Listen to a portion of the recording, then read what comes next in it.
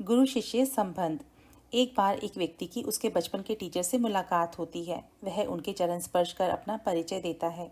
वे बड़े प्यार से पूछती हैं, अरे वाह, आप मेरे विद्यार्थी रहे हैं, अभी क्या करते हैं और क्या बन गए हो? मैं भी टीचर बन गया हूँ, वह व्यक्ति बोला, और इसकी प्रेरणा मुझे आप ही से मिली थी जब मैं 7 वर्ष का था। उस टीचर को बड़ा आश्चर्य हुआ और वे बोली कि मुझे तो आपकी शक्ल भी याद नहीं आ रही, उस उम्र में मुझसे कैसे प्रेरणा मिली थी? वो व्यक्ति कहने लगा कि यदि आपको याद हो, जब मैं चौथी क्लास में पढ़ता था तब एक दिन सुबह सुबह मेरे सहपाठी ने उस दिन उसकी सबसे महंगी घड़ी चोरी होने की आपसे शिकायत की थी। आपने क्लास का दरवाज़ा बंद करवाया और सभी बच्चों को क्लास में पीछे एक लाइन में खड़ा होने को कहा था। फिर आपने सभी बच्चों की जेबें टटोली थी।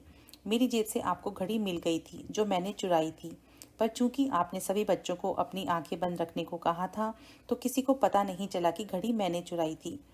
टीचर, उस दिन आपने मुझे लज्जा व शर्म से बचा लिया था, और इस घटना के बाद कभी भी आपने अपने व्यवहार से मुझे यह नहीं लगने दिया कि मैंने एक गलत काम किया था।